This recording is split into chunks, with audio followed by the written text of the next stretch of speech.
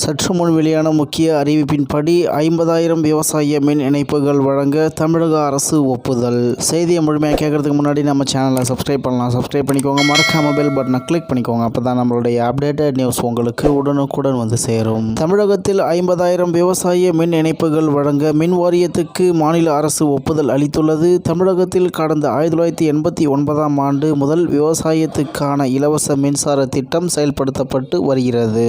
இதற்காக மின் வாரியத்துக்கு ஏற்படும் செலவை தமிழக அரசு ஆண்டுதோறும் மானியமாக வழங்கி வருகிறது. கடந்த 10 ஆண்டுகளாக பல லட்சம் விவசாயிகள் இலவச மின் இணைப்புக்கு விண்ணப்பித்து காத்திருந்தனர். இதனையடுத்து கடந்த 2021இல் விவசாய மின் இணைப்புகள் வழங்கும் பணி தொடங்கியது. கடந்த 4 ஆண்டுகளில் 2 லட்சத்துக்கும் அதிகமான மின் இணைப்புகள் வழங்கப்பட்டுள்ளன.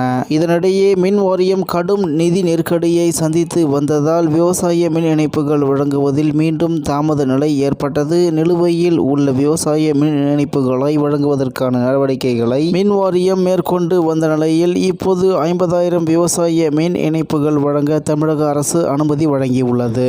இதுகுறித்து மின் வாரிய உயர் அதிகாரிகள் கூறியதாவது: தமிழகம் முழுவதும் விவசாய மின் இணைப்புக்காக 2 லட்சத்துக்கும் மேற்பட்ட விண்ணப்பங்கள் நிலுவையில் உள்ளன.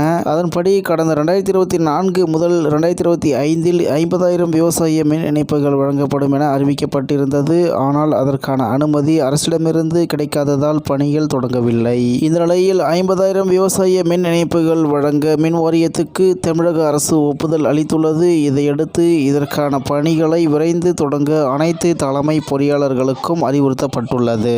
மேலும் நிலுவையில் உள்ள விண்ணப்பங்களில் விண்ணப்ப பதிவு மூப்பு அடிப்படையில் மின் இணைப்பு வழங்கப்படும் என்றனர் என்று தகவல் வெளியாகியுள்ளது.